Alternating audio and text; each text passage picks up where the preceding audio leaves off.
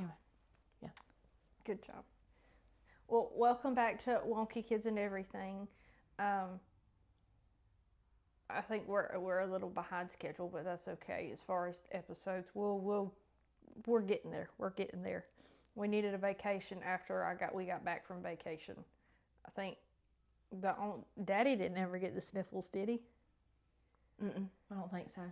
I think just from coming back down from elevation, the kids were fine. My kids were fine. They didn't get the sniffles. I did a little bit, but coming back down from that elevation made us all Gritty. So we didn't feel like doing anything. We had the crudditis. We didn't feel like doing anything. Well, too, up there's not peanut dust and cotton dust, and stuff down here is blooming and then it dies and then it blooms. Well, I feel like it dies. If we weren't up there for a whole week straight and our body didn't get used to the climate or start to get used to that climate, and then it's just coming straight back down. And it was all, we knew we weren't sick with anything because immediately the next morning we all were texting each other talking about how we were stocked up, and yeah. So it was quick too. Yeah.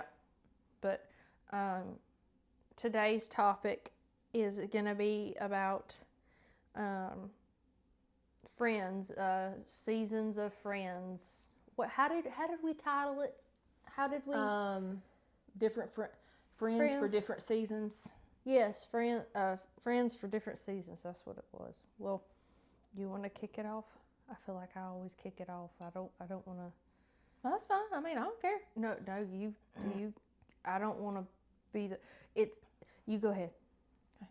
I gotta say, my fingernails match the wall too. Sorry, you can cut that part out. I just had to say it. I don't cut hardly anything out. I was sitting here looking at the candle. I was like, oh, my fingernails match the candle. It matches the purple one. I was like, oh, it matches this. So, okay, now, I just... Are you good now? I'm good now. You can cut that part out if you need to. No. But we got to talking about it and just how God brings different people into our lives, different seasons. And used to, I was like, seasons? Like seasons? And I don't know. We don't talk.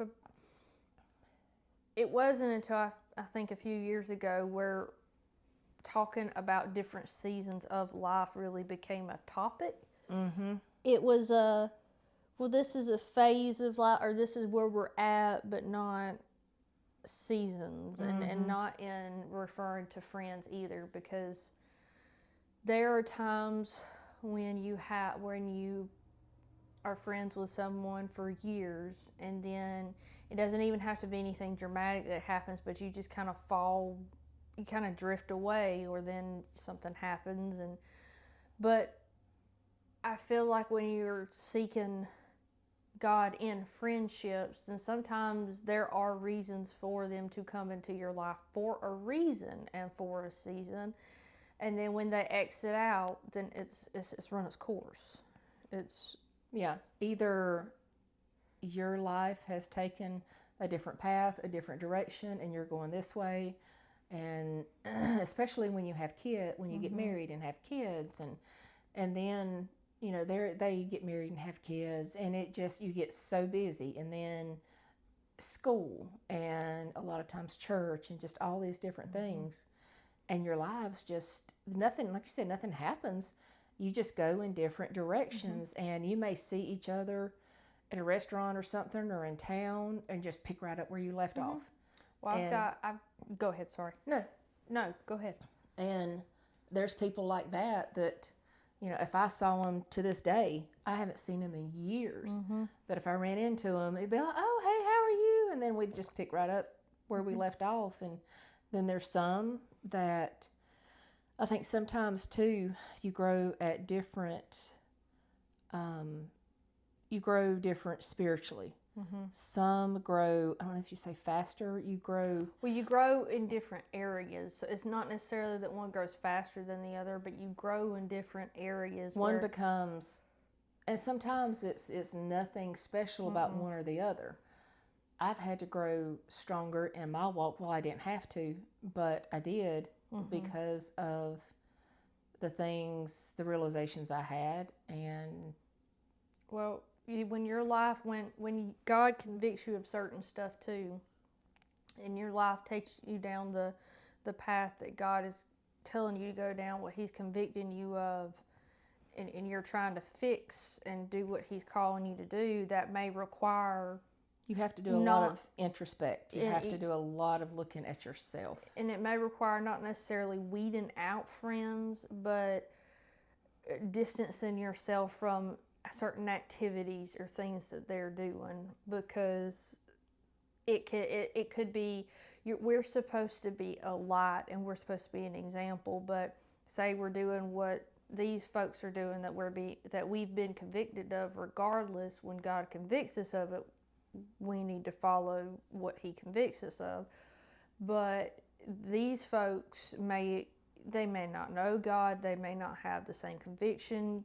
You can't base yourself off of what other folks are doing and what they're not doing, because we can tell by the fruits of their spirit, we can kind of feel somebody out, whether they have a walk or not. But sometimes people lose their way, and when they lose their way, sometimes you catch them in that moment. So it's hard to not judge, but sometimes feel it out. Yeah. And then when they kind of lose their way, we're to pray for them and to love on them, but not in the aspect that we go down the same rabbit hole. We have to be really careful when some lose their way. And sometimes God may convict you of gossiping. You know, that's so detrimental to our individual walks, to a church, to groups. Me and Brandon were talking about that the other night. Just everybody likes to it's easier to talk about the negative than it is the positive. But when you think about it too, it's the same with our walk. It's so much easier to go down the path that the enemy wants us to go down, which is why so many go down that path, because it's easy, it looks inviting, it's deceiving, than the path of lifting each other up, encouraging each other through the gospel. And that's a lot narrower. It fits hand in hand together. But we were talking about something and said, well, when you think about it, I said, people make things out to be certain ways, and people make things out to be everything is always bad and there's no good. And I said that is also because people want to focus on that, because it's so easy to get stuck in that loophole. And I told them, go ahead. No, I told them, I said, and a lot of it too has to do with social media, because when somebody gets on this rabbit hole of whatever and everything is fantasized by social media too, and so people feed into that. They feed into the negative. They turn things into things that aren't true, just like with friendships.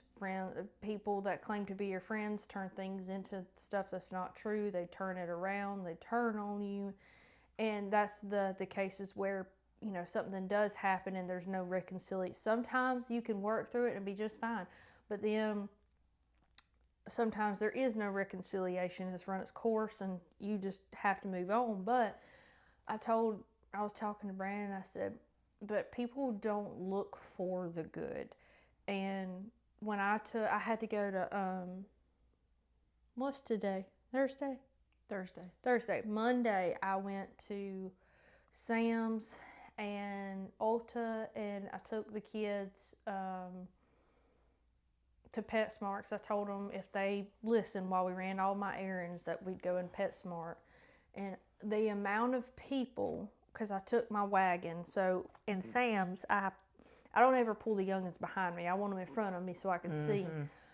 But I was pushing my wagon in front and then pulling the buggy from behind. Yeah. Which, if I've ever gone anywhere, I've done that a million times, taking them somewhere. So it wasn't no big deal to me. But the amount of people that offered to help, and it's bless their hearts, especially not just older men, but men in general, that offered to follow me, not in a creepy way. When people hear that, they're going to think, oh, don't let him. No, not in a creepy way. It was in a genuine, And a lot of them had their spouses with them too. Well, But- too, we have creepy radar. Yes, yes. There was no creepiness about any of these folks. But the amount of people that offered to follow me around the store and push my buggy for me while I was grocery shopping so I could push the kids. Yeah. If I had $1 for, if I had $5 for, I could have paid for the whole grocery trip from the amount of people that offered. And that wasn't just at Sam's. Whenever I would go somewhere, somebody would offer something, and It renews your hope it in does. humanity. But people don't think about that. Or when somebody does offer that, they're like, that never happens, but it does happen. You don't, whenever you're focused on the negative all the time, it's hard to see the positive, but that also flows into friendships too. If you have a friend that you're sitting there and all y'all talk about is negative, or you gossip, or you bash, or you can't find anything good to talk about, then to me it's not even really a friendship. It's toxic. It's toxic. But what are y'all, how are you friends? Like, what do you have that's alike other than talking about people? And there's been several folks, which you have too, that was in stages of my life that have come in and out of my life, and I have tried to give multiple chances and tried to give the benefit of the fact, and not claiming that I didn't do things wrong either, or that I handled everything right, but tried to give the benefit of the doubt and tried to be a help in some way. And I just had to eventually realize some people you just can't, not necessarily help, but you just can't. They'll drain you and then start changing your mindset into a negative mindset versus what God wants you to do. And then, because when we become more okay with certain actions because somebody else is doing it, then we're not listening to that conviction. We're hardening our hearts on that conviction God is laying on us. And then eventually it doesn't feel as convicting because you're hardening and you're staying around that constantly. So the lines become a lot more blurred. And it's hard to, I have, like you were talking about, there's 2 or 3 people that we keep in contact, but we're all busy. And so, but when we see each other, we pick up, like you said, like we saw each other yesterday. They could call you and say, hey, I got to wrestle a grizzly bear. You'd be like, I'll be right there. No time has passed, but we all know that each other's busy and there's no hard feelings. Yeah, you love each other to death. Yeah, and we talk whenever we can, and we try to get together whenever we can, but and I had to come to the realization of that a few years ago as far as certain things, just because you don't keep in contact with somebody all the time doesn't mean that you're not friends, or doesn't mean that you don't have those memories that or you're slacking.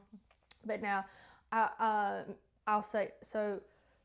But I may have best friended a little too hard when it came to Elena, because now when she comes over, not only do I get excited, but yes, the kids get very excited and they stand at the window waiting, but so does Brandon.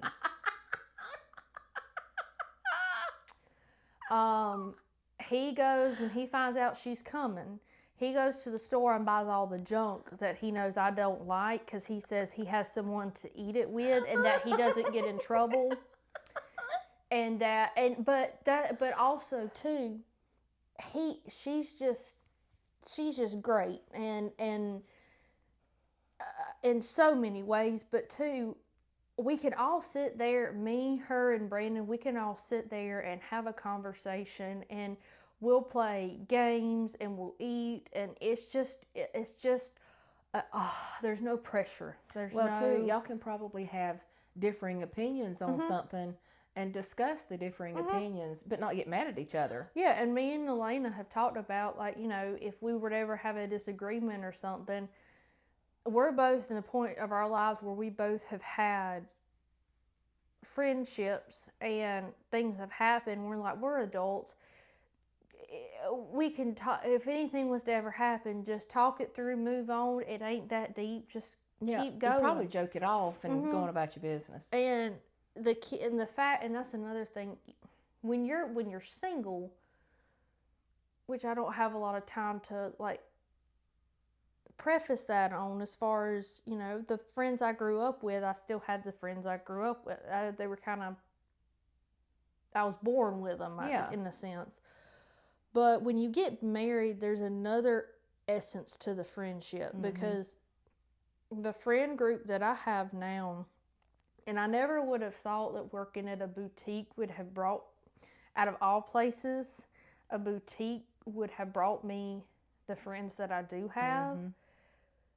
And I know I was there for multiple reasons. That's where God had me, for multiple reasons. But because, one, I needed a job. Two, he opened the door in a kind of like a backdoor way. But also, me and Elena, we knew of each other, and we knew each other from homeschool, but we hadn't talked to each other since she left, since I left, because I graduated. And I never would have put either one of us going, oh, well, this is going to be the aunt to my children one day. Or we had a conversation one night. Sorry, Elena, I'm not airing all of our business. We had a conversation. We were talking about something, and I said, well, now I feel better. If something was to ever happen to me, I know the kids have y'all. I said, but they also have someone else. It wouldn't all just fall on y'all. That, Brandon would have someone around his age too, to kind of like, if he had to work and you were busy with True, and I said Brandon could hire Elena to watch the kids. And if Webb and Laney had their own kids and was busy with them, I said I wouldn't be worried at all. And they thought I was meaning in like a getting married way, and they were like, what? And I said, no, I'm meaning in a platonic way, in a completely platonic way. But meaning that I would be perfectly comfortable in knowing that, okay, yes, I knew my kids would be taken care of before, but also now it's just not as thinking about, heaven forbid something do happen. But Elena knows my kids just almost as well as know the kids, and they love her. They genuinely love her. They in their little games on the floor. I mean, Aunt Elena's always Mama's never a character, but Aunt Elena is always a character. But I don't ever want this season to run out of this friend, and I don't ever feel like it will. But there's some friendships that you sit there and you kind of dread when they text or they call, and you sit there and go, oh. All right. It's almost exhausting when you see the name pop up and you're like, oh my gosh. It is, and it shouldn't be like that. And I've learned at this point in my life, it's okay to just slowly disappear into the sunset. And like, of course, mine never really slowly disappear into the sunset. They always come back for seconds and thirds, and usually with a machete. Sorry, that shouldn't be funny. Hiding around the corner.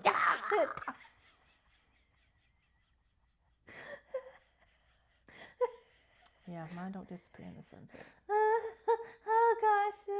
Yeah. Oh, that's so funny. That's not funny. Well, it is, because it's true. The funny part is the faces you're making while you're doing it, but it is true. It is funny because it's true. But it's like, I haven't forget the hatchet. We're just going with a machete. I haven't had the crazy circumstances like you have necessarily, but what? It's like, man, one day things are gonna be like. Oh, I thought you were laughing because I had, and I didn't know I had. No.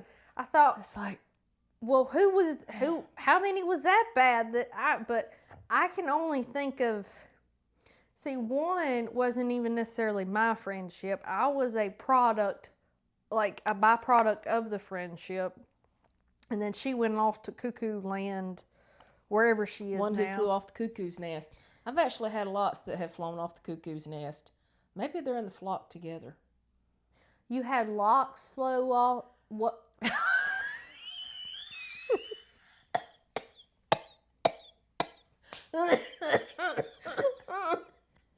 Sorry, y'all. I got COVID. Yeah, I just can't quit coughing.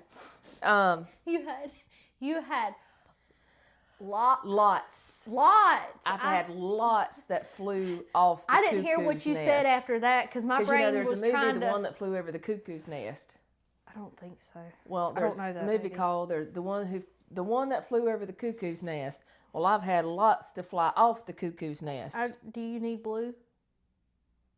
No, but I think they all had machetes. Blue had all machetes? No, Blue didn't have a machete. Well, he's missing an ear. Oh, well, maybe he did have a machete. One of the girls ripped off his ear, and I didn't throw him away, so I just stuck him right there. Oh. I'm sorry. What were you saying about flying the cuckoo's nest? I said I've had lots to fly off the cuckoo's nest. Thank you.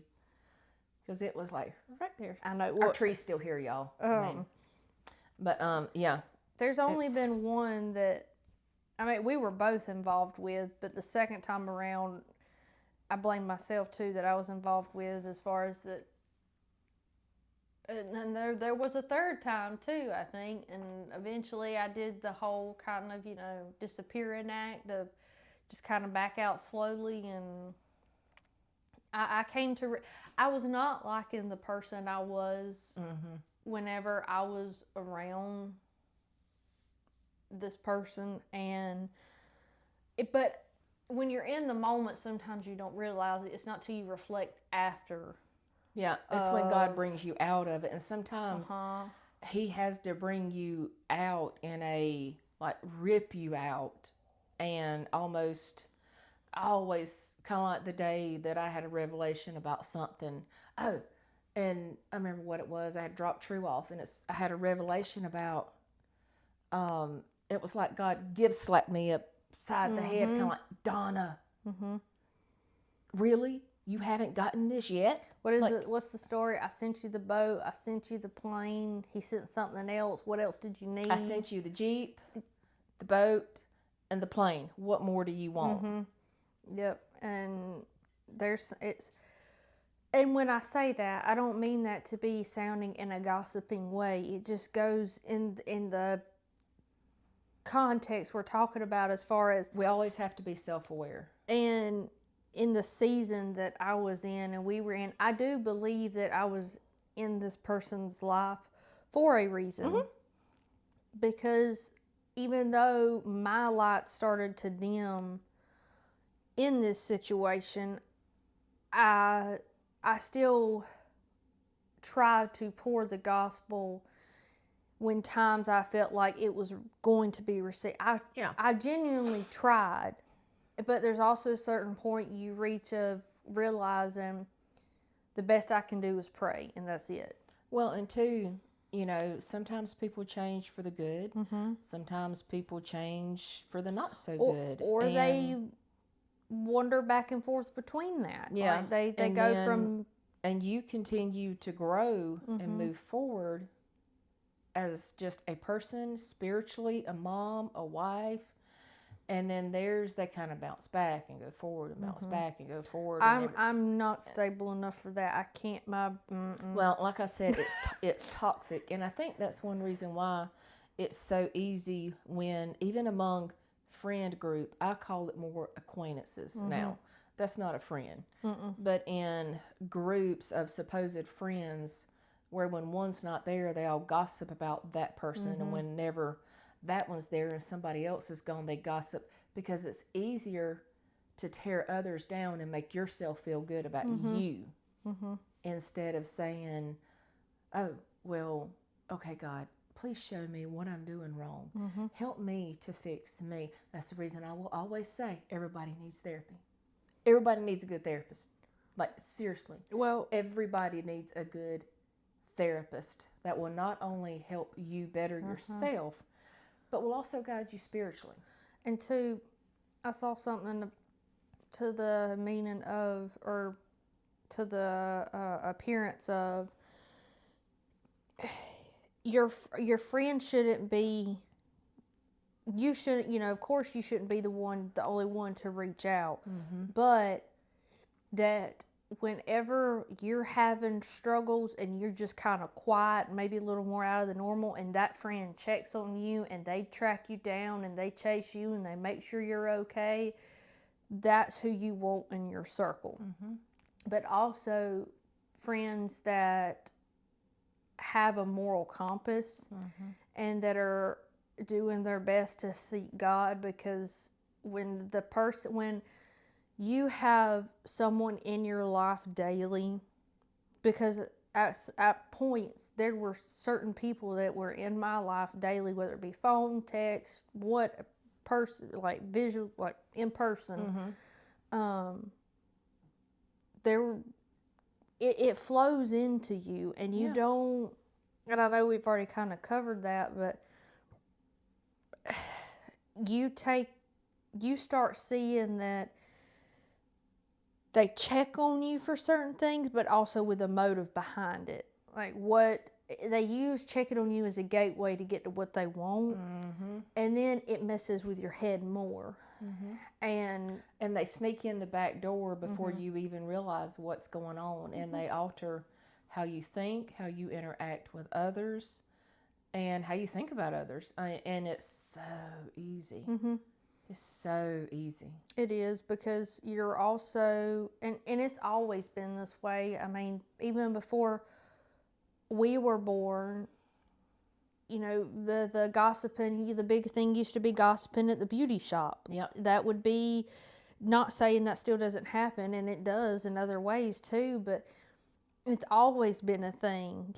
And people act like it's new, but it's not. It's just, we now, again, back to the social media, people post their fights on social media to do way yonder too much. Well, and used to, you had to sit, you had to write a letter, you had to mail that letter, then the letter had to get there. Usually by the time you wrote the letter, you're like, I ain't worried about that. And now it's so easy to go instant text or Facebook or Instagram or whatever. And well, I mean, and this is sad and this is, I guess this topic wavers in different places too, but this is sad. We've had 3 or 4 family members that I can think of this year that I didn't know passed until I saw it on Facebook, and I didn't, half of them I didn't see until days later. Yeah. And one was, I saw while we were finishing picking. I didn't know that she had passed, and I pulled it up, and because my too, depending on how your feed pulls up, you may not. I'm still seeing stuff from 4 months ago that's just now popping up. Yeah. And I'm still seeing people's Christmas pictures just pop up. So I don't, if there's something I want people to know, especially immediate, I try to communicate that through phone or text at least. But I think that's a good method to get the message out there for, like, somebody passes or gets married or whatever, for people outside of your close circle or outside of, oops, I think I just hit the mic, outside of the family. But when it comes to family or even close friends, that shouldn't be the way. I feel like it's very disconnected, and then I feel bad. I'm like, well, dang, I hope they didn't think that I didn't care, didn't know, but I didn't know. I didn't know. There's been several. I'm like, oh. And then, or if, bless his soul, sometimes poor Alan. No, I got a funny for you. Go ahead. Remind me about Brandon and Amazon when you get done. Oh, gosh. Telling me about. It's like, he'll think, well, I told you that. I'm like, no, you didn't. and I've told people, I'm like, listen, if you want me to know something, you got to tell me. Don't send it by Alan. Bless his soul. He'll go tell Pa. When Nemaw was alive, he'd tell Nemaw. He'll tell Joe Blow down the road. He'll tell everybody else. And then he'll think he told me. I have no clue what you're talking about. What are you talking about? Then they go, well, you know what no, you didn't tell. I told you, you just don't remember. No, I think I would remember that. Well, I saw a thing too. That's like whenever I was sending out Christmas cards every year, and we'd send out over 200. And you kept sending it to the dead person. Every year I would give him the list and say, check over it. Make sure nobody has died. Make sure everything's still okay. Every year, for years, he would give the list back to me. It's fine. Well, conversation one day, it had come up that one of his lifelong friends, his mom had passed years ago. And I'm like, ow. So who have we been sending a Christmas card to for the past 3 years? You do realize I have been sending a Christmas card to this woman that has been dead for 5-6 years, or if not longer. And they started sending us Christmas cards back. And I was like, he's like, and then he was shocked. He was like, you mean you were sending the dead woman Christmas cards? I said, I gave you the list and you looked at For years we couldn't figure out why these random people were sending us a Christmas card that we didn't know who it was, and it come to find out that was the house of the dead lady. Like, poor souls, they must be desperate if they're sending a dead lady a Christmas card. Oh, no. But yeah. No, I saw a video the other day, and it said, and this is, the whole statement is true. It said, my backup or emergency contact is the one sitting here looking for the ketchup and can't find the ketchup. And it is. It's always the ketchup. The ketchup is in the same spot, in the right side of the door, the middle shelf, all the way to the back. And it's always the ketchup. But if it's anything else, it's still, where is it? And he'll stand at the pantry. Where's the chips? You have to move things. And anyways. It's like it's going to jump out and say, here I am. That's what they would prefer. And, what about Brandon and Amazon? Oh, talking about, technology and people, and we had a few, if he does an Amazon order, will always, wait a few days and see if there's anything else we need to add before we place it. Well, it was the day before yesterday. He said, well, tomorrow's Prime Day. I said, well, then if it is, just wait till Prime Day and order it. We went on there I was sitting there last night, and, I said, I said, isn't it Prime? You said it was Prime Day. I hadn't heard anything about Prime Day, but I thought maybe I'm also not as connected as, even though I post my videos, I'm still not as connected as it would seem. But I said, well, isn't it Prime Day? He said, oh yeah, I'm glad you said that. So he went on there and he looked next to whatever it was, and he said, well, now it says check mark Prime tomorrow. I thought it was today. I said, well, is it today and tomorrow? I said, sometimes, it'll be like, he brought it over to me. The man's getting old. What it was is we have Prime, and it was showing when you have Prime, how quick it can get here by Prime. The man's been staring at his phone for 4 days, checking for Amazon Prime Day, thinking it was the next day, and the day kept moving. And it was just telling him how quick it could be here with Prime. Because he said, well, the price is still the same. And I looked at it, and I looked at him. I said, Brandon, I'm not good with electronics, but bless your heart. I said, I'm so sorry. And he just looked at it. He said, oh, well, there's no rush then. I was like, what do you mean no rush? I mean, don't wait 4 months to put it in. I'd like to have some because there's a devotional in there I'm waiting to get. But I just got so tickled. I thought, oh no, it started. Oh. He gets out of bed and then everything goes. And there's sometimes his knees, they scare me. They scare me sometimes. But anyways, but you get to the point to where you really used to, growing up, you a lot of times focus on the number of people you have instead of the actual relationship. It doesn't matter the number, but the actual relationship you have with each person. And it wasn't until I got older when I heard the expression in your circle. Now I have a very, very, very small circle. I don't want a large circle. I have boundaries. And within those boundaries yes. are friends, then acquaintances. The only people in my circle is very few people.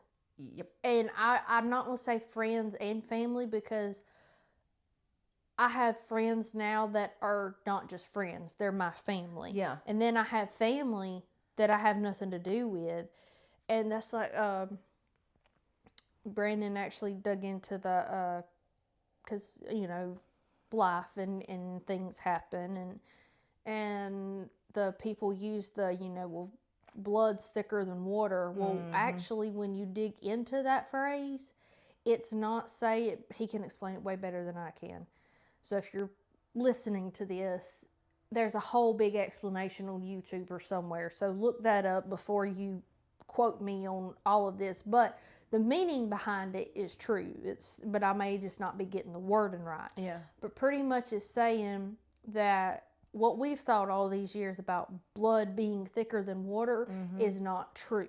It has nothing to do with family. It has nothing to do with the bond of blood.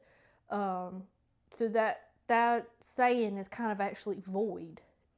Well, that's like low man on the totem pole. The low man is actually the highest man. Yeah, because it has to carry the weight of all of those above. So low man on the totem pole is actually the most valued because they're carrying everybody else's weight. Well, and you talk about value. Whenever you go through certain friendship seasons and you no longer have certain friendships, but you also realize your value. You realize that not even the value that people should have in you, but the value that God has of you and the value you hold to God. Because say you are in a dispute with a friend, or you're both coming to terms that this friendship may not be the best thing anymore. A lot of times people like to point fingers. We're all guilty of it at some point in time. But you have to think, okay, you can't let that spiral you into trying to make another friend just to replace that friend, but replacing it with a more toxic friend. You have to realize your value, but not just the value of human flesh, but the value you have in God and what His purpose is for you, and even in friendships. And that comes in church too, or Bible study, where one or more are gathered together, and our friendships should also be bonded in Him. With that being said, I do have friends that I've come to a point in my life where, yes, I'm going to witness where I can, but also I'm not going to Bible beat. People know where I stand. People know what I believe, what I don't believe, and that I won't budge on that. Well, too, you witness by who you are. And your actions, your words, how you carry yourself. That is 10 times more of a witness than it is trying to shove the Bible down somebody's throat, because a lot will instantly shut down. But if they're watching you, how you present yourself, how you are with your family, how you handle situations, like how you grow as a Christian, and how you admit faults and wrongs. And that is 10 times better a witness than it is trying to shove the Bible down somebody's throat. And a big thing I focused on too is I God gives us grace, and I want to receive that grace. But I also need to be graceful with others, whether they know the Lord or not, because I want to receive that grace. And God calls us, and we're not to, yes, God gives us discernment on what we are to, He gives us discernment on decisions and people and all circumstances. But I'm not going to Bible beat somebody because that's good, like we said, that's just going to turn them away more. And they probably think at that point that they are fine without God too. But they have to come to the realization themselves. And there's nothing Bible beating is going to do to make them come to the realization of that they need God. And so you have to be the best friend that you can be to them as an example of Christ. Well, God calls us to plant the seeds, and He is the only one that can harvest. And I see too many that are trying to harvest it themselves, and that ain't gonna work. It's just gonna push them away. And it does push them away. And I mean, I know from just like me growing as a Christian and stuff, the more somebody browbeats you and stuff and belittles you, the more you kind of sink down and you think less of yourself, and then you think less of so much, to the point you get in your head, you're not a good friend, you're not a good anything. Whereas if people love on you and they show you a good example of and that being a seed Christian, may not start blossoming until 10 years later either. and you may never see that seed come to fruition until you're in heaven. No. But it's, and that's not, and it's not for you to go on what the world says either, because you've got, and I don't mean this in any, I'm not trying to mean this in any bad way, but it's to paint a picture. You have the ninnies over here that are going, oh my gosh, I can't believe she's talking to them and this and that and all that, based on how somebody appears to. And I used to have a very, very negative connotation, and this was a downfall of mine. I used to have a very negative connotation and did not want to be friends with anyone that had tattoos, because growing up, even in church, especially a lot of the older people, because they were some of the ones, that taught Sunday school, and this point is not going to send you to heaven. This is not going to get you to heaven or hell. Tattoos are not going to get you to heaven or hell. That's an opinion that you can waver on and be okay. But a lot of the older people, taught Sunday school and were very, very vocal about tattoos. And so I never thought I didn't want friends that had tattoos, because I thought these things about them. I was very judgmental about it. So for me to have 3 now and still want more, it goes to show you whenever, and that may be a very null point to some people, but we're very judgmental people. And whenever people are seeing us be that judgmental, we're claiming to be Christians, we're claiming to have the love of Christ, they're like, why would I want to be around somebody so negative? And yes, we're supposed to have discernment, and no, we're not supposed to, hang around people that do horrific things that, we've talked about in the past, like your daddy and your brother and people like that. But tattoos shouldn't define somebody. No, that's just, I think that comes with growing as a Christian and growing as a person too. There's so much that was poured into me as a kid and everything, and so much untruths, and that as I grew as a Christian, as I grew as a friend, and one thing I discovered is a lost person is going to act as a lost person, but a Christian should act as a Christian. Something me and Brandon have said for a while now, and granted, we're not necessarily condoning cussing. It's not that we're condoning that, so don't don't twist it as I'm trying to say that. But what I'm trying to say is something we have, a saying we have found is I would rather be a cussing Christian than I would rather be a cussing Christian than something Pharisee. What is something Pharisee? Oh gosh, what was it? I thought about it earlier today. I would rather be a cussing Christian than a false. Oh my gosh, what is it now? Hang on, let me text Brandon. That's gonna bother me. And then I'll move on to my next point while I'm waiting if he sees it. What is that saying that you say, comma, I would rather be a cussing Christian than a false what? Question mark. Oh my goodness. Then a what? You'll get the point. It's not saying it right. But that's on the small end of the spectrum as far as tattoos, but on a friendships and seasons on the bigger end of the spectrum, I've had 2 jobs now. No, I'm sorry, 3. 3 jobs now where I have had to work side by side with someone who was homosexual. And I never really talked to anybody. And that's, we don't agree with that. We don't believe in that. God says that that's strictly no. Like, no, there is no if, and, ors, or buts. That's the point that will send you to hell. Is there is no exception to that. Yeah.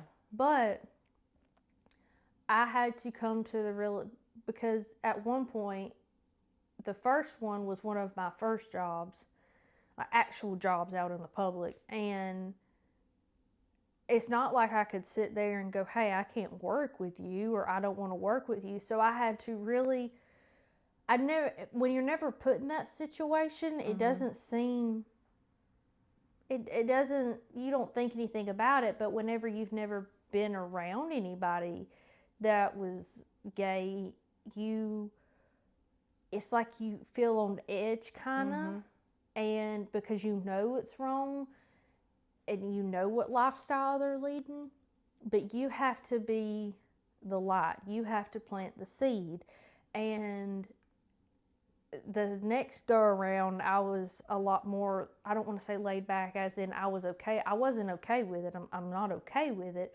But eventually, being around someone that was gay, I was able to, when it came to my job, I was able to voice, hey, I don't agree with this. I don't believe in this. This is what the Bible says, but it's not going to affect my work performance. Yeah. And came to an agreement and an understanding of, okay, I know what you believe, you know what I believe, but I had to show God's love, and not, when I say, people twist that whenever they're talking about, You love with the love of Jesus. yes, I'm not saying, oh, did he text me back? Oh.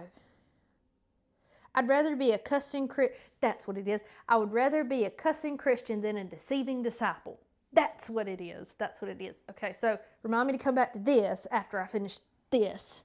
But people would take, whenever you talk about somebody being gay, well, we need to show them the love of God. That's not saying that God is telling us to be okay with it. Yeah. It is telling us that we are to witness to them and that we are to pour into them, but in a loving way, not in a,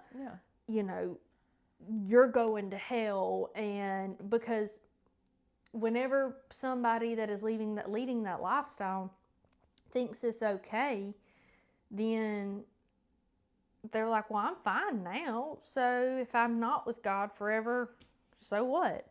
But they don't think of it in the sense that we do either. So you have to just start, and I hope that all makes sense. It does. And how I'm trying you don't have to be like a bestie friend, but you have to be a friend to them. Like I said, you love them with the love of Jesus. And if they have, you don't know what they have been taught over the years, and maybe people have taught them stuff that's been misconstrued or just Because absolute. it's so easy to do. I mean, and some could have just taught them so much is watered down now when it comes to the Bible, because people want to Joel Osteen it. And if you haven't figured out yet, I can't stand Joel Osteen. No. But anyway, they Joel Osteen it because they don't want to hurt feelings. Well, how is that friend going to feel when they're in hell burning because you didn't want to hurt their feelings? You know, it's, to me, if You're doing them more harm than you're doing good. them a disservice. And if you truly, again, with a friendship, if you truly have a friendship with somebody, you are to speak the truth with each other because you do care about each other. Yeah. Not lie to them because you want to save their feelings. I care so much about your soul that I would rather you be upset with me for a little bit and me speak the truth and do what God calls me to do, then, and again, not Bible beat.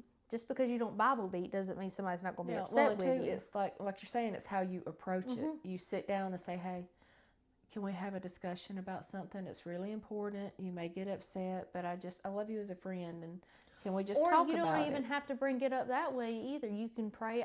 A lot of times I've just prayed for God to open doors. Yeah. And He leads the conversation into a place where it can kind of suit in, and it doesn't have to be necessarily that formal. But back to the hang on, I gotta make sure I'm saying this right. I'd rather be a cussing Christian than a deceiving disciple. Again, it's not saying that I'm agreeing with cussing. Do I slip up? Do I have wordy words sometimes? Yes, I will be the first to admit I have wordy words sometimes on accident, sometimes on purpose. I'm not condoning it, but I do fall short. But people know who I am. People know, I will admit I fall short, and then I feel guilty, I have conviction, and then I ask for forgiveness. But I would rather somebody know that I fall short and that I sin and that wordy words do slip out of my mouth sometimes, or that I do slip up in other ways, than sitting here pretending to lead I'm perfect, a lifestyle that I'm not. And I think that's a big misconception about people that aren't very familiar with Christians, and especially a place where there's not a lot of, there's some places that they don't have a lot of churches and there's not many Christians, and so they're not exposed to it. And my brain just went absolutely. Oh no, that's perfect timing, because Brandon's better at words than I am. Yeah. I'm saying this as we're doing a podcast with words, of course, but he's better at this. He's better at the verbal parts of the theologian side. The man can preach. And he can verbalize it really well. He can, and pray. Oh my gosh! I get so nervous and so tongue tied on the, because I know how important the subject is. So the way, I didn't ask, he just explained. He said, meaning I had, which is what I said, but his is in better vocabulary. Meaning I had rather be around someone that truly follows Christ and says a few choice words from time to time and is actively working on it, than to have someone that seems to have it all together and deceiving members of the body of Christ and leading people astray. He's still typing, so there may be more to come. And that's what I was going to say. In admitting our faults and our wrongs puts people at ease, especially if they don't know Jesus, or especially if God is working on them. They feel more comfortable around us, be it an acquaintance, be somebody in a church, or a good friend. Or even if you do know Jesus, because sometimes you sit there and think, well, what's wrong with me? Yeah, what am I doing wrong? Like, look at what they're doing, but they don't let you see who they are behind closed doors. Yep. And that's the good thing, is wherever you see me, I'm the same person at my house, as my car, as a church, in my yard, a grocery store. I am the same person. Now, has that always been true? No. No, I was just going to say, I do not have the people pleaser, especially since becoming a mama. I don't have the people pleaser Oh, I did. I had the people pleaser No, disease. no, I did. That's what I'm saying. I did. But since becoming a mama, I have the people pleaser aspect has gone out the window. Well, I had to Because please people. I had yes, to please friends, and I would literally make myself physically sick, uh-huh, exhausted, uh-huh. give them like I was constantly giving them things and doing My stuff. thing was I would always text after I left because my brain would start going and I would apologize. What did you say wrong? For every I'm so single sorry thing. if this come out wrong. Yes. Yep. Now with some things, I still do that, but it's not out of a people pleasing. It's out of a genuine. Oh crap, that didn't sound right. Yeah, that didn't come out That right. that was not because, but also with the friends I have now, they know who I am. Mm-hmm. They know I don't have to hide anything. I can be myself. I can talk to myself around them and nobody think I'm crazy. I mean, yes, I'm crazy, but nobody think that I have been told so many, and yes, I know I'm louder. I know that sometimes my volume can get up there. But we come from a very loud family. We come from, how many of us are there at Nemo and Pa's now? Close to 40. If yes, at least that.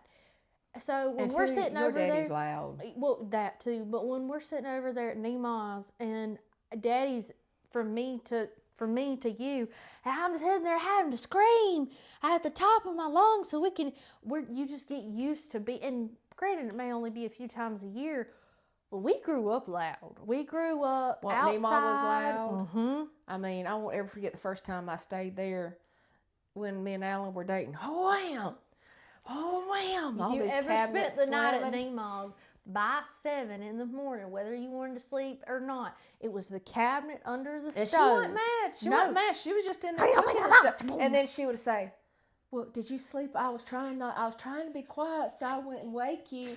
And the first time I thought, "Oh my land, if that's quiet, what does she do? Get a hammer and beat him or something?" No, whenever you're on the phone with her and she said, and you're like, you have it pressed up against your ear so hard trying to hear what she would say because she'd be under her cabinet or something. Pots and pans. Plang, plang, plang, plang, plang, plang, plang, plang. I'm sorry, Nemo. I missed that. Like, now, with me saying that, now sometimes like I will like Brandon will get louder and I'll be like, I'm right here, because I've tried to be very vigilant of it now because I've been for so long I was told, you're so loud. Mm-hmm. I'd be working somewhere and somebody would tell me how loud I was, and it wasn't that I meant to be. It just, and I get that sometimes it is too loud, but I can be myself around the friends I have now and not worry.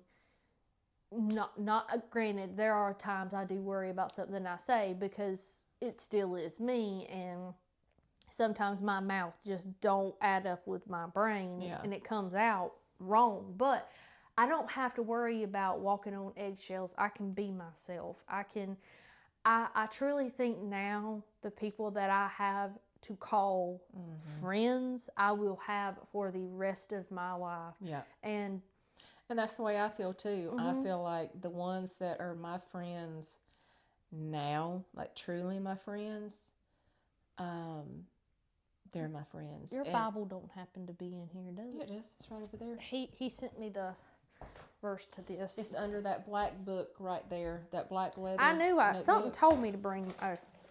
Something told me to bring mine, and I didn't. Well, and as far as like while you're looking that up, as far as going about the seasons, as far as friendships.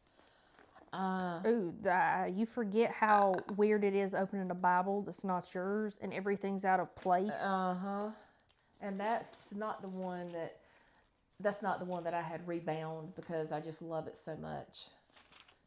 But I've gone through so many seasons of friendships. And it's tiring. It is. And I have one, like Janice, me and her's been friends since elementary school. But we even had times where we've had like y'all had tiffs and stuff like that where we wouldn't speak and it's growing. It's times of growing. Like I'm growing, she's growing. Okay, this is New American. I was like, what version is this? But now we're both at a place in our lives where I've told her, I was like, listen, you could come up to me and spit on me, and I would be like, oh my gosh, what did I do? I wouldn't think anything about. So Sorry. That's what I miss is that smell. Sorry, that just like the intrusive thoughts were like, smell it, smell it, smell it. I know And that was like me and my fingernail polish. That's like I would. Huh? My fingernail polish. When I was talking about, I've just got to say like my fingernail polish. I thought you were talking about smelling it. I was like, whoa, wait a second. No, We huffing I miss now? the smell of a Bible and books. Just books. Now books, like I still every time I get a new book, because I've gotten better at reading since getting older, I still sit there and smell it. But the pages were just too like to not smell it. Yeah, but there's. I mean, she's pretty much. I want to say she's about the only friend I have left from childhood. There's people that I talk to, like you said, acquaintances and acquaintances. And then many of the friends that I had from my younger years being married and as a Christian, I no longer have. To be quite honest, most of them turned on me. And believing things that were untrue. But I have managed, I've walked close, I've grown enough, and I've been therapized enough that I've moved beyond that. I've forgiven. But in that, God removed that because it was so toxic and it was so bad, and I didn't know it was so bad. Well, and like you said, when you're in it, you don't see it sometimes, No. and you don't realize it till later, and then you feel ashamed of what you did. But then we have to realize that once we are part of the body of Christ, that we have so much grace, and we take it for granted. Yes, thank you. Yeah, we take it for granted, and I think that's where a lot of the friends that I did have, they forget that grace. I've done my best to make amends on every area that I possibly can.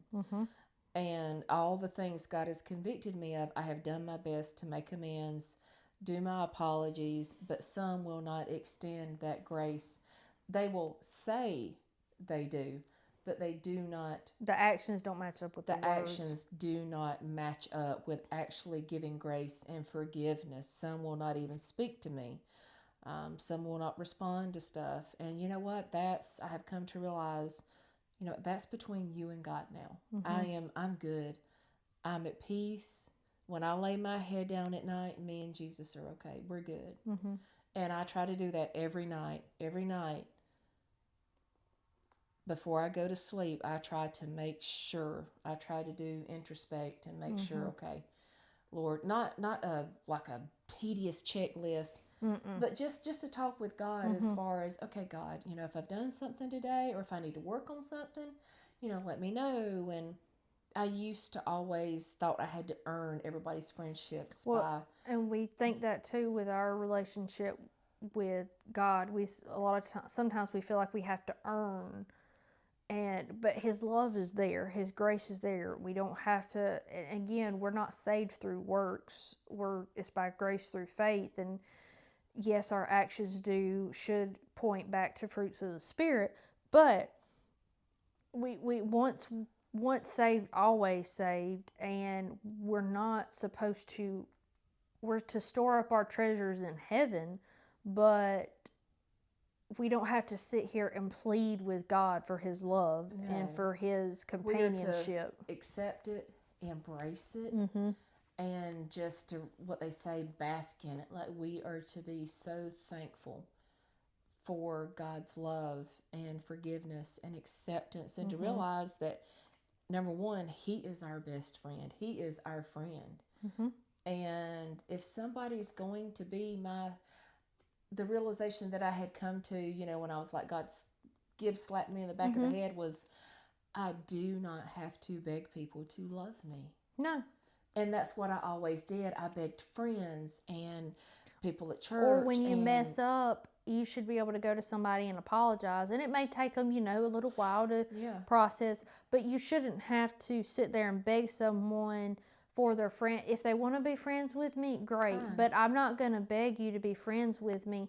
If I messed up once and I owned up to it and apologized for it, but you've pretty much rejected me because of my one mess up, and not sitting there trying to keep score either, but there's things that's been there that hurt you and you've given grace, but you mess up once and it's like everything you've ever done goes out the window, doesn't matter who it is. And I'm like, and God was like, Donna, you do not have to beg anybody, be it family, friends, whoever. You do not have to beg people to love you. If they want to love you, they're going to love you. And in the same turn, I don't have to.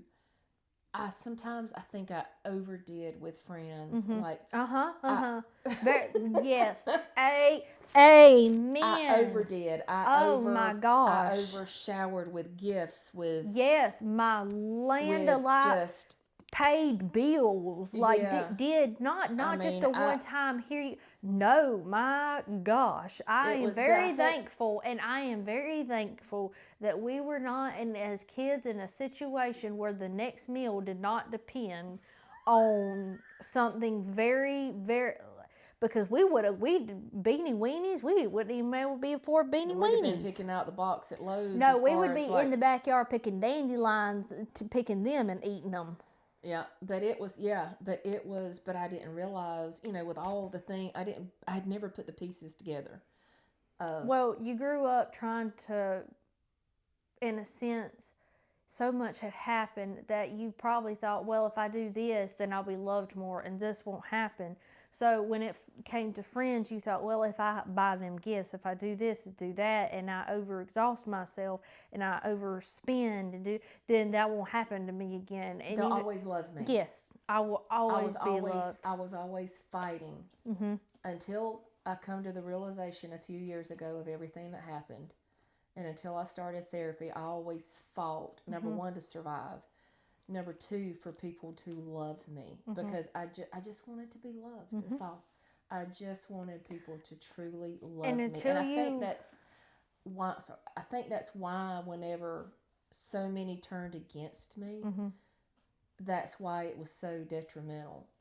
Because you felt like, what did I did this and I did that, and I bought this and I bought that, and I physically did this for you. So how can, no matter that you were your true self, or no matter that you apologize for this and that, you still had this whole group of people that were not able to see your apology, and then they call you and say, well, can such and such come to you and apologize, and but those people still haven't apologized. And so it's a front.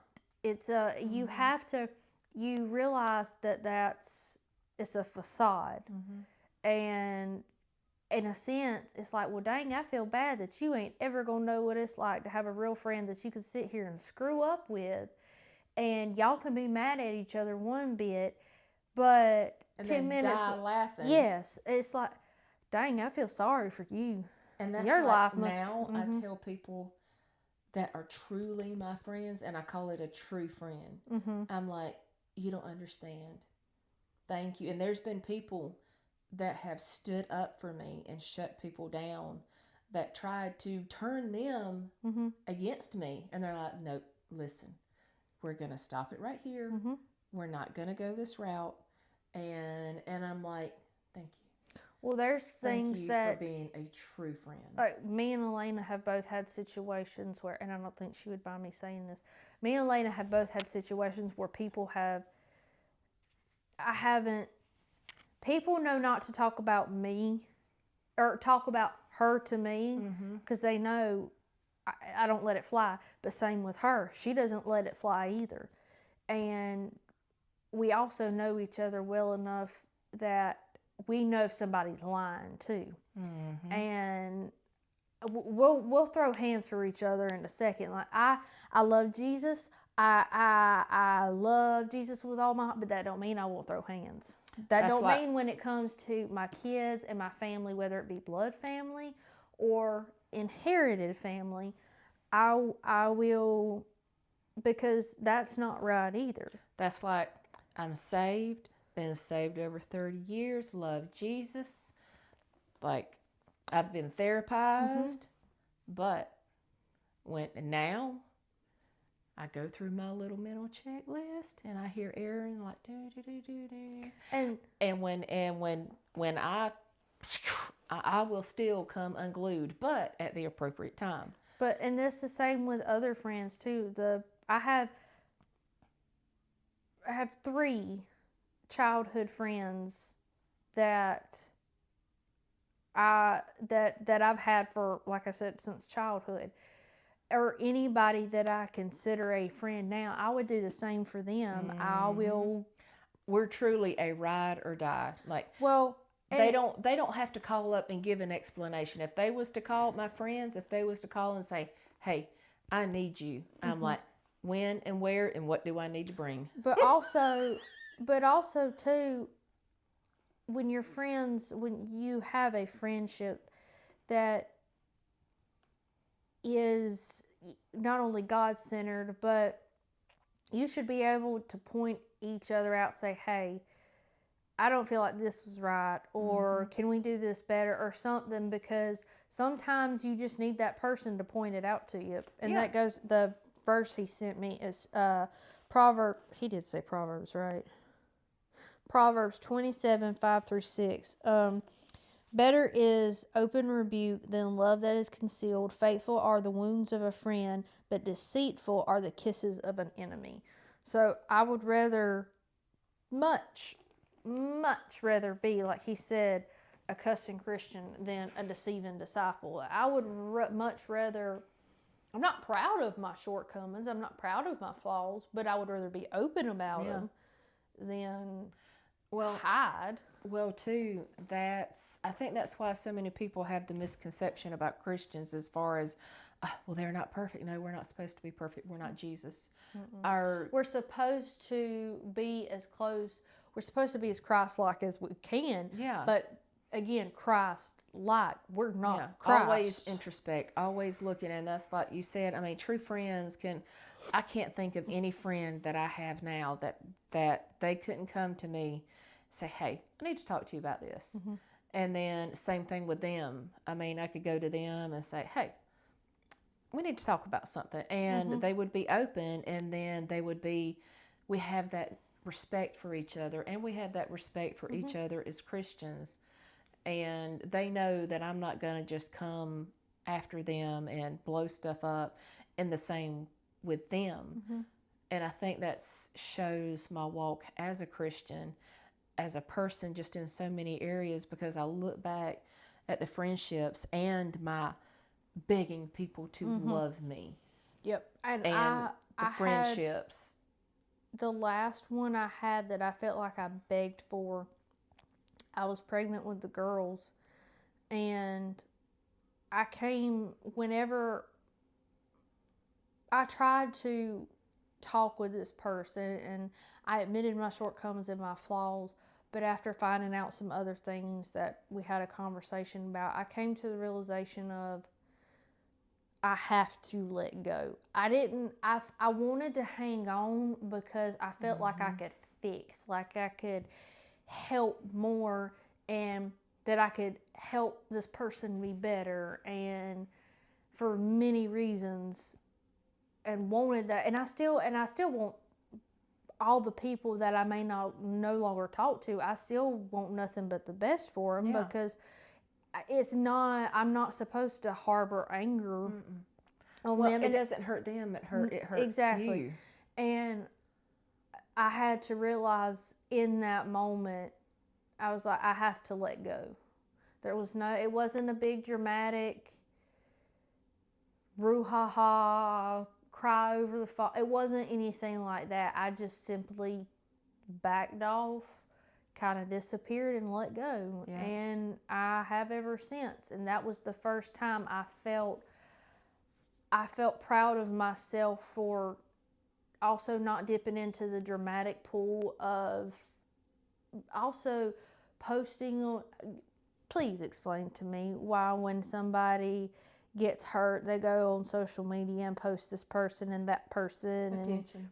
And I know it's attention. They have this agenda and crying on videos and all this stuff. No. That does nothing for you. It does nothing for you. But when I backed away that way and I didn't make a big deal out of it, that was the first time I felt like I was achieving the adult friendship stage, even though it was a friendship ending. But the adult friendship stage of, okay, I now know I'm starting to have boundaries. I'm starting to realize what to do, what not to do. Because I was still, I see, I was, how old was I when I had girls? They're fixing to be 4. So minus 4 years ago. Yeah. Well, it was more like 5 because I was pregnant with them. But I started to realize, okay, this is not what we wanted a friendship. Yeah. There was no, yes, I tried to plant seeds. And I did at times what I felt like God called me to do. But there was also times where I fell short. And that was a very big learning. That last go around was a very big learning experience. I was like, okay, we don't want to do this again. Yeah. Let's search for, we can talk to people and we can be acquaintances with people without having them over for supper and having them in our circle. Because before, we have the Nemo syndrome of, all right, stranger, come inside, sleep on my couch and I'll feed you. Yeah. But it don't have to be like that. No. And I found I have so much more peace. It's like my chest is way less tight. Well, too, now with the friends, the true friends that I have, when I don't hear from them, or when I shoot them a message and I don't hear back, I don't worry about, oh my gosh, they're mad at me. And then I hey, just checking in on you. Hey, and then did I do something wrong? Oh my gosh, did I do something? If they're within reach, I'll go by and I'll take them something, or I'll ship them something, or that in some way try to open the door and force them to let you know that everything's okay. Yeah, and that was a big, that was a big issue with me and Brandon when we first got married too. And two, when we started dating, he was one of the first people to be like, it's okay. It's okay. You ain't got to apologize for accidentally stubbing my toe 20 times. I just small things. But when we got married, it got so bad. And I didn't realize it was people pleasing and trying to make sure that I was staying in and granted, I was already married to the guy. I don't know how much more friendship you can get, but I still would apologize for every single little thing, and it affected me in other ways. That's a whole nother story. But you just don't, when you have, but now let me say this too. You can have 2 people that are believers and they have a fight and then no longer be friends either. You have your seasons too. It doesn't have to just be 2 lost people or a believer and a lost person. You can have 2 believers that, because again, we're all flesh. We are all flawed and we're going to have shortcomings, but you can have 2 people that the friendship has run its course. The friendship has ended its season and you both go on and you part ways. I really thought that was my stomach. I didn't realize that was a motorcycle. I thought, well, and 2, it could be things in such a way. Y'all are hindering each other too. Well, it's like me, I've done all I can do to make amends. They still refuse to, even years later, they still refuse to even acknowledge my existence. But if they ever come to me and apologized, I would accept their apology. You Like, would show them the grace oh, I that, would show them the grace that was never extended to me. but But also the grace that God calls us yeah, to. Like we were talking about, we want that grace from God, and we should extend that grace you know, to God others. forgave me, the wretch that I Mm-hmm. am. Who am I not to forgive somebody when they truly come to me? Mm-hmm. And I always tell people, it's like, that's how I know somebody's truly sorry, when they come to me. And it's hard. Oh, it's hard. It's I mean, I've hard. had to eat a lot of crow, and It's it's not hard. easy to And, eat and crow, especially that's, in front of groups of people or just one on one. mm-hmm. It's hard, and that's why I'm like, okay, I've done all I can do. Mm-hmm. But even if that day comes, it does not mean we're going to be friends again, because in friendship, there has to be trust. Right. And some things, I don't know that there is enough time left on this earth to rebuild trust. No, I But completely get that. yeah, but so yeah, in true friendships, there has to be trust. That's like the ones that are my friends now. I would trust them to watch True, or Mm-hmm. I would. I don't Elena has question. offered to go. I mean, and other people too. It's not that I'm just pointing out, like, I don't want anybody else that's done this to think, well, I have too.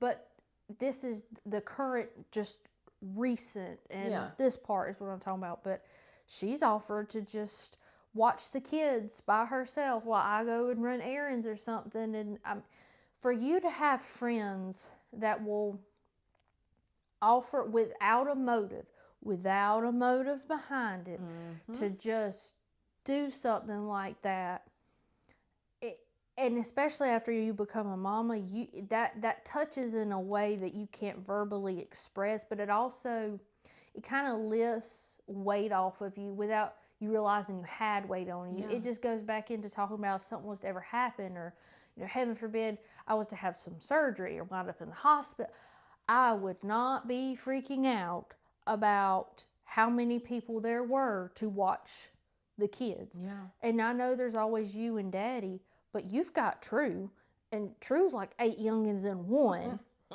And if he runs out of his ADHD medicine, then he's like 40 in one. Gosh. So I freak out and worry about, oh my gosh, okay, well, if I have surgery and they have to stay with her 2 nights, oh my gosh, what if she doesn't sleep? And then she's got True, and True has this and that. And so it relieves stress off of you to know, wow, Yeah. there's friends out there that'll do stuff for you, and they don't want you to pay their light bill. Yeah, it's like and they don't Oh. expect anything in return. And that's the thing I think I also realized. I realized that some people were not my friends. They were my so-called friends because they wanted me. Well, they weren't your friend. They liked what you could offer and give them. That's why I said so-called friends, because what they wanted from me. But it had nothing to do with your heart and what you could give with your heart. They wanted your wallet. Yep, they wanted me to pay for stuff. And it took me a long time to realize that. Now, Oh no, you should ask Elena about the first time she bought me something. I heavily insisted on. It took me a long time, up until probably close to when I stopped working at Ellie's. We finally figured out.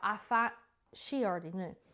I came to the realization of, it's fine if she wants to do it, she's just going to do it. But also, we even each other out. Like, if I buy her this and then she buys me, it evens out. But also, she is a very big gift giver. That's her love language, like yours.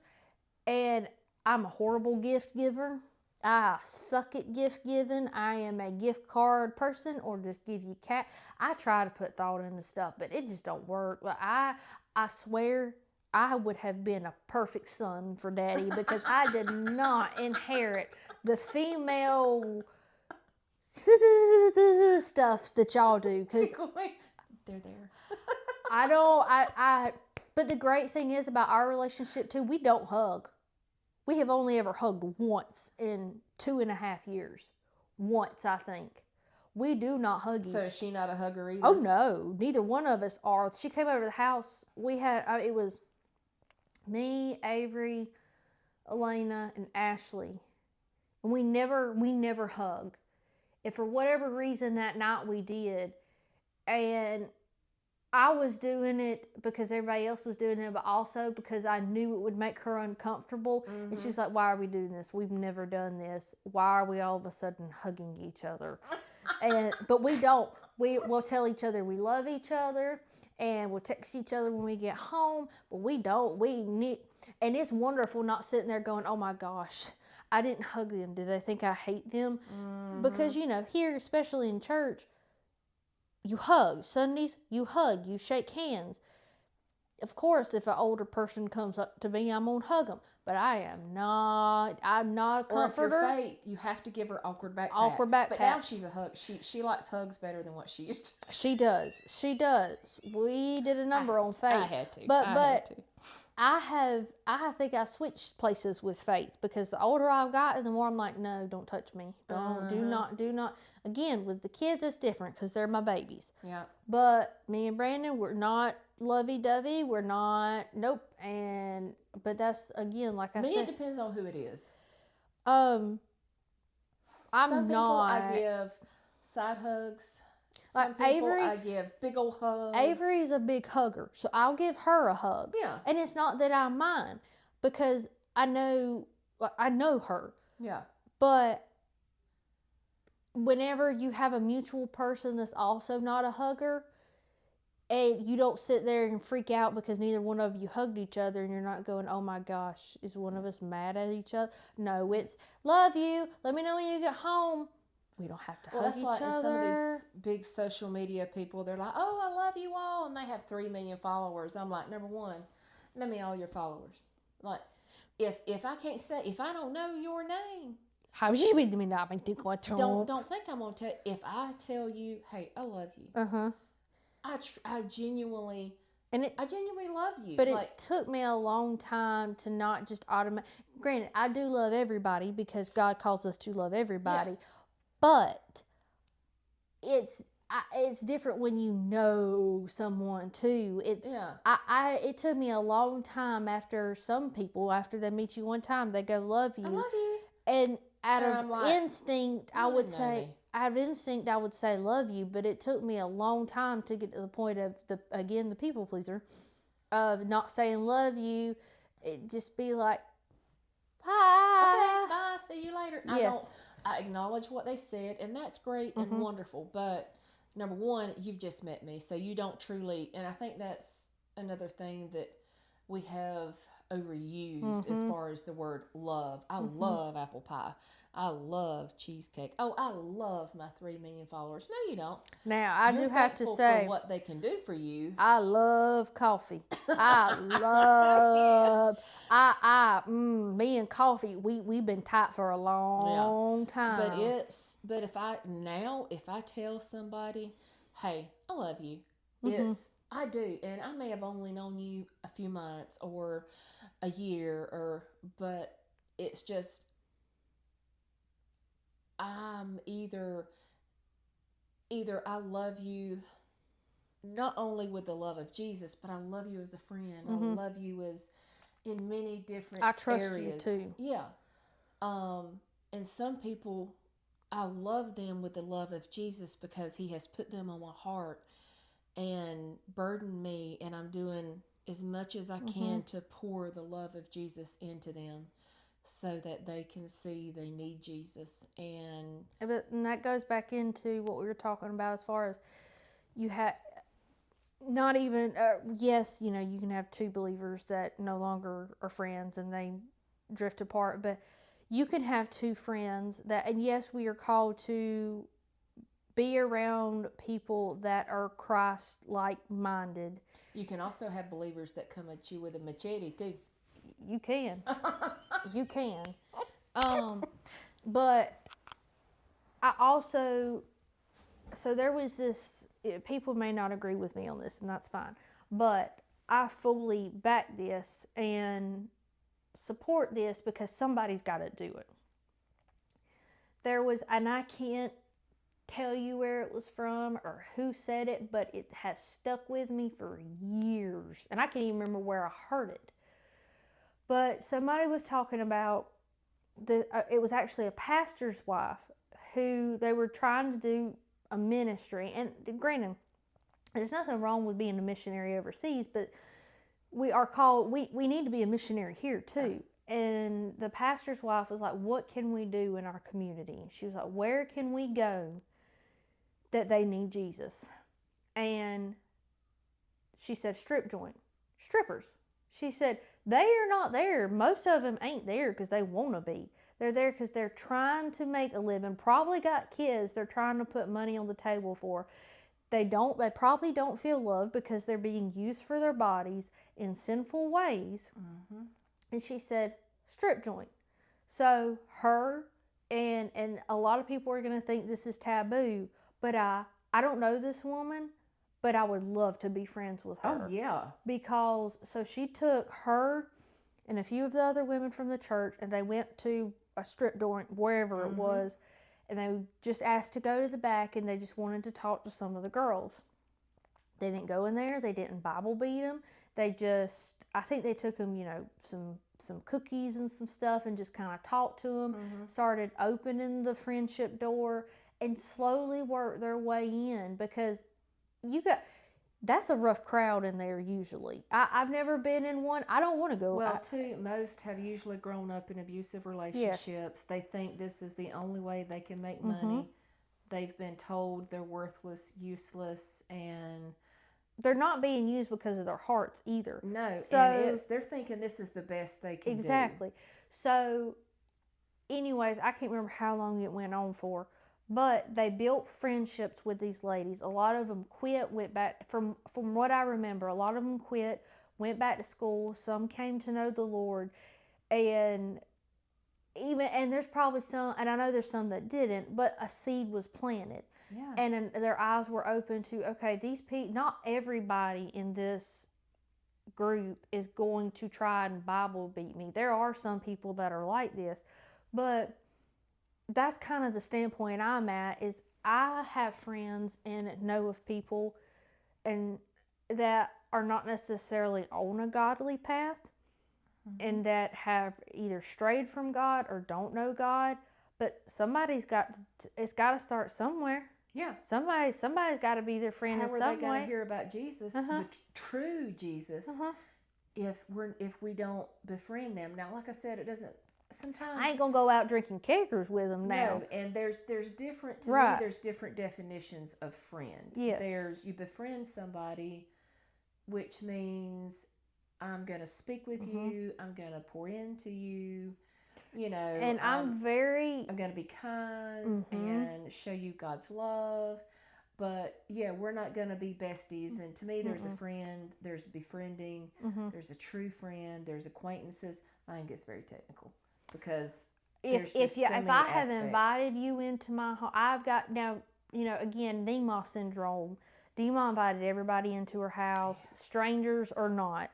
Lord bless. People walking down the street. Thankfully, she did not die of some horrendous thing of someone coming in her house and strangers walking down the road, because she has let strangers that from off the road sleep on her couch. Yep, and fed them.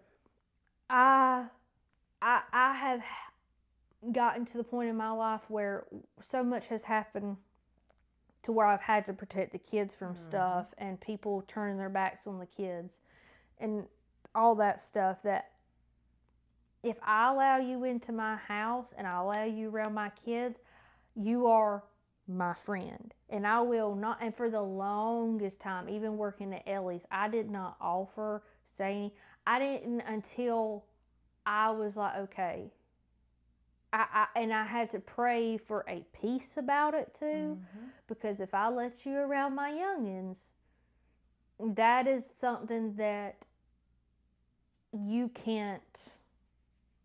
done crossed that line. You can't uncross that line. Yeah. But people have respected, the people that I have in my life now have respected that and have honored that. Yeah. Because they respect me, I respect them. But to find that is really, really, really hard. So if I invite you to my house, it means I trust you, and that but also that I want the love that Nima filled her house with to be felt at my house. And I will share that with someone also that needs to be shown that love and to be shown the love of God, but only if I trust you. May not mean that we're going to be, all the time talking and everything, but it may, and sometimes it may even be after the kids go to bed. So the kids don't form an attachment. But it may be in a sense of, okay, you need to see that also whenever, now again, I've said before, I have no problem with if you want to drink or not. Now, over excessively, I don't do that. But, you can have a beer or two, but still not have a kegger, or you can just be completely sober and play board games and have a perfectly good time and see that not everything you have to be blackout drunk for. And because last time, which, yeah, before Christmas, after, it was after or before Christmas. So when Elena comes, like I said, I always cook, but we normally just sit around and talk, or we have watched movies, or we play board games. But we'll sit there and we'll play board games and talk. Like, half of the game is more talking than the board game. But it's a relaxing time. It's not like a, oh dear, It's kind of like, oh my gosh, somebody's coming. I do make sure that the toilet is flushed and cleaned, but I don't stress about having to be somebody I'm not. Yeah. Well, that's like anybody that comes to my house now. Like the people, like you said, the people that come, number one, either they're like delivering a grocery order, or it's somebody I have invited. And if I have invited you recently, like, but most of my friends, a lot of my friends don't. I mean, Janice is like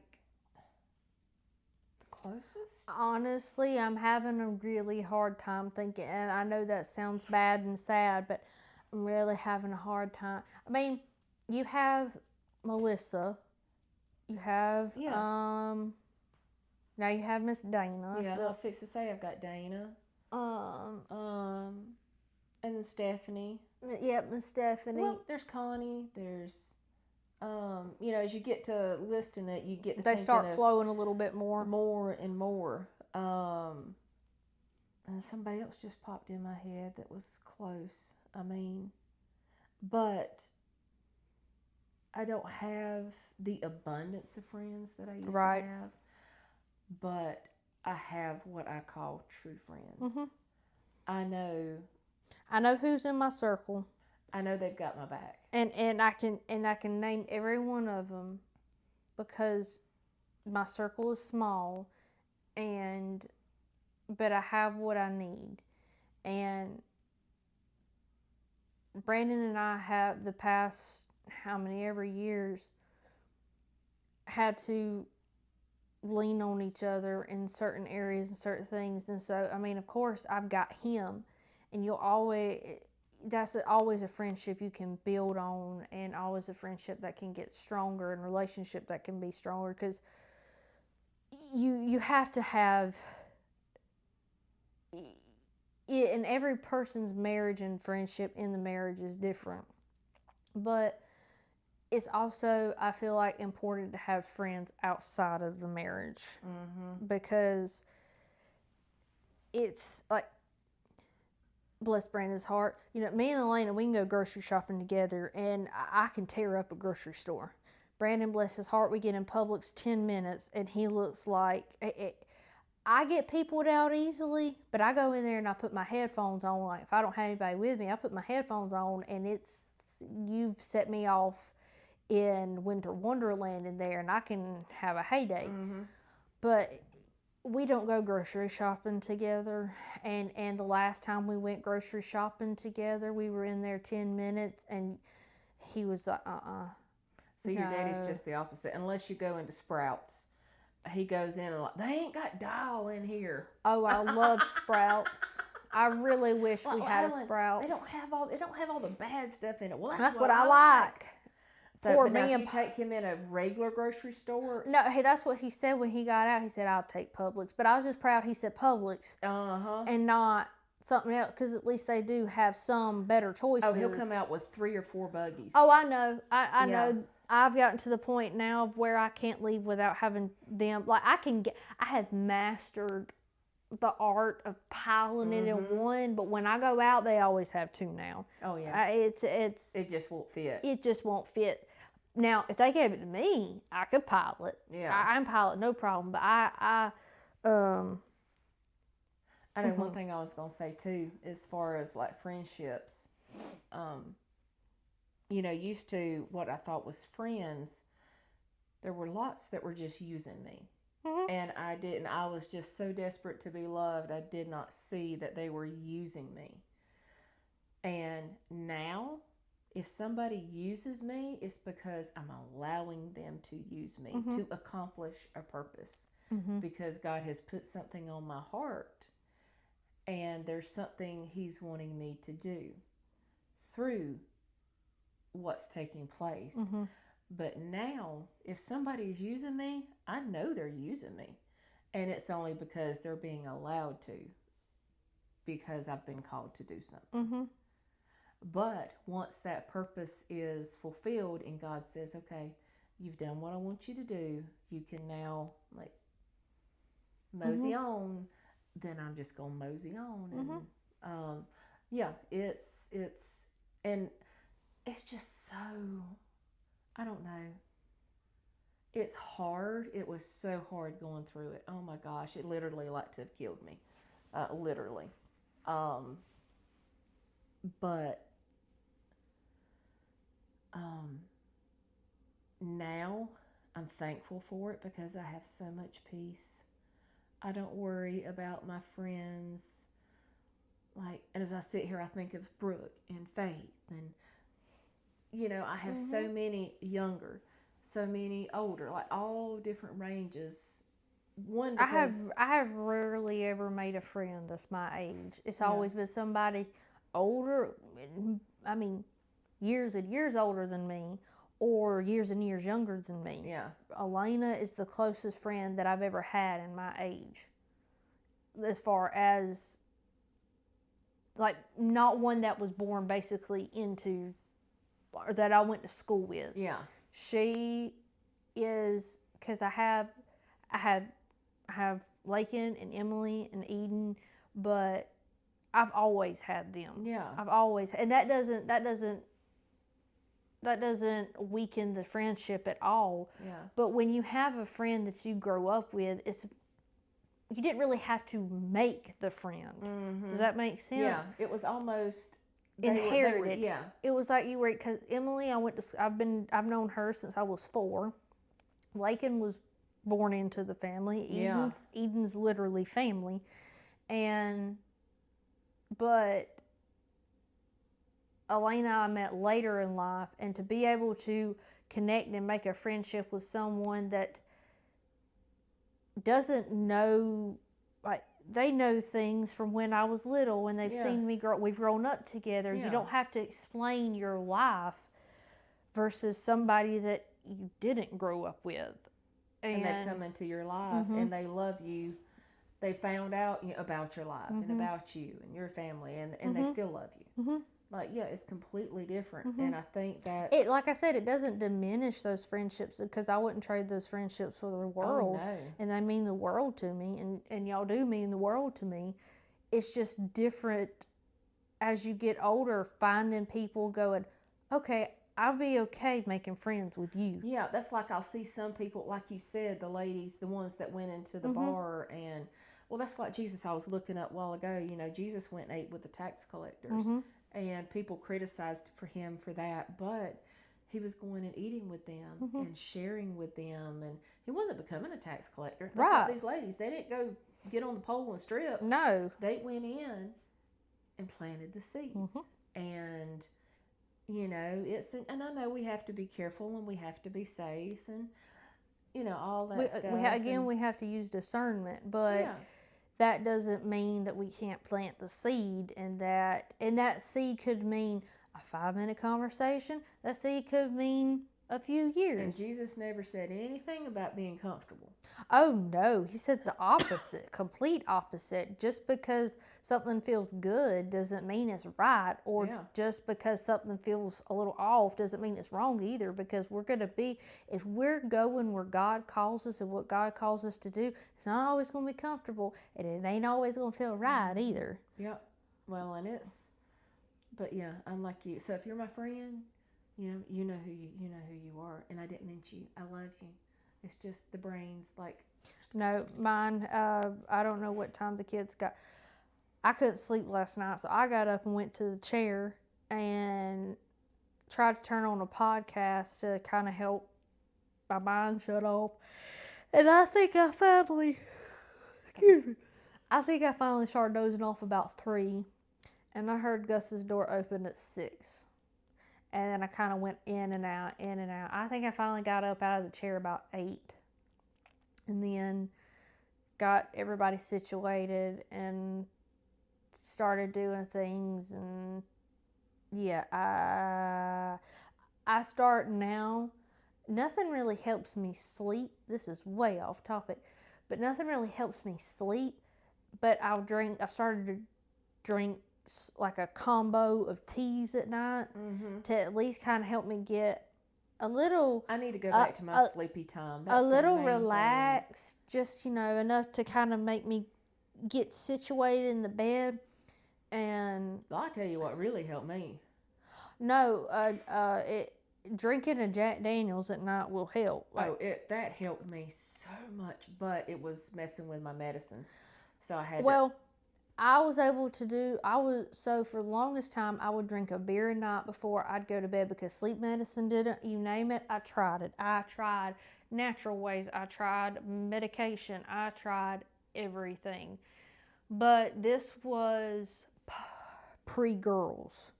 Before I had the girls, I would drink a beer a night, and that was the only thing that would help me sleep, and it would still help me sleep now. But alcohol slows down your metabolism. Well, it actually takes, I think, up to 72 hours for your metabolism to return back to normal. So after I had the girls, I tried it again. Well, I noticed I started gaining weight because my metabolism was never starting up because I was drinking it every night. And I wasn't going like hardcore or anything. I was just drinking one a night so that way I could go to sleep. Yeah. And It smelled like pee to me. No, see, I don't really like wine, but now I prefer beer or liquor. I don't really like wine, unless it's Stella Rose. Now Stella Rose is good. It's not like dry. It doesn't make me feel like I got cotton mouth. But other wine, no. But anyways, so now that's the only thing that I can find to help me kind of like just relax a little bit. And I'll do there's one traditional medicine, I think is what it's called, the tea brand, but it's like 99 extra. And then I'll do usually like a throat coat, especially during the winter because of the drainage and stuff. So I'll do that. And then I do a relax one or something. So it's like a quadruple dose of relax, but I can't. This is way off topic, but yeah. I usually do. I used to do that Sleepytime. See, Sleepytime doesn't work on me. And that would help, but I can't even take like a Tylenol PM because I'm hungover for 2 days. Like melatonin, I've taken the highest dose, and I've taken probably an unhealthy melatonin. No, I have trouble, and I don't know if it's because all the stuff that's been taken out of my body and all the stuff I have going on. I just don't break it down and process it very well. But I guess the tea. It's just nothing makes me sleepy. Yeah. Nothing makes me sleepy. And I really wish, but now that's the odd thing about, you get older, your hormones, you got to get all the blood work done and all the things, but I can be not sleepy, but exhausted at the same time. Like I can't go to sleep, but I'm exhausted, and then I feel drained the next day. But it's like, but now during the day, make it make sense. This is the pieism. I can take a nap anytime, but even if I don't take a nap, I still can't sleep. Oh, I know. And that's like if I take a nap during the day, when I wake up, I feel like doggy doo-doo. But yeah, so I feel rough. This could be like an outtake to. oh no, I'm this one. Nope. But yeah, that so tonight's conversation was, focused on friendships, seasons, and a little bit of in between this and that. So hopefully, what's this week? It's the 22nd. Okay, so if you're in between friends, if you're in a different season of friends, if you're coming out of one, going into one, at some point, you will wind up with lifelong friends and what I refer to as true friends. I was trying to look at the date of. Oh, here we go. Okay, so the next podcast should be February 6th, if we stay on schedule. February 6th. I was trying to figure out how to work the calendar on my watch, but I couldn't. So, but we appreciate y'all listening. I know this is a little bit of a long one today, but break it up in sections. Like, oh well, it'll give you something to listen to while you cooking, doing dishes, clothes, driving something. Just save it to like your little list or whatever and break it up. Next week, we may have a topic for next episode, but if not next episode, the next after that, I'm going to put a poll of 2 options of because asking her what to talk about, what to talk about is like pulling teeth. I don't know. Even on the way over here tonight, I still wasn't sure on the topic. So I'm going to put either not this episode, either next episode or the next episode. I'm going to put a poll on what topic we should talk about. Please vote on it. Please. Because it takes 2 weeks for me to figure out what she's talking about. Because I got over here. Then she said, or we could talk about this, XYZ. But I really need my Bible for this specific topic. And some scripture to back it up, and I was like, I'm not prepared for that one at all. And I want to sound like I halfway know what I'm talking about. Even though I do know what I'm talking about, I want to sound like I at least know halfway what I'm talking about to y'all. So, please, for all the sanity in the world, vote on which one you would like to hear when I put the poll up. Or topics y'all would like to hear about, like topics y'all would like or whatever, and list them first, second.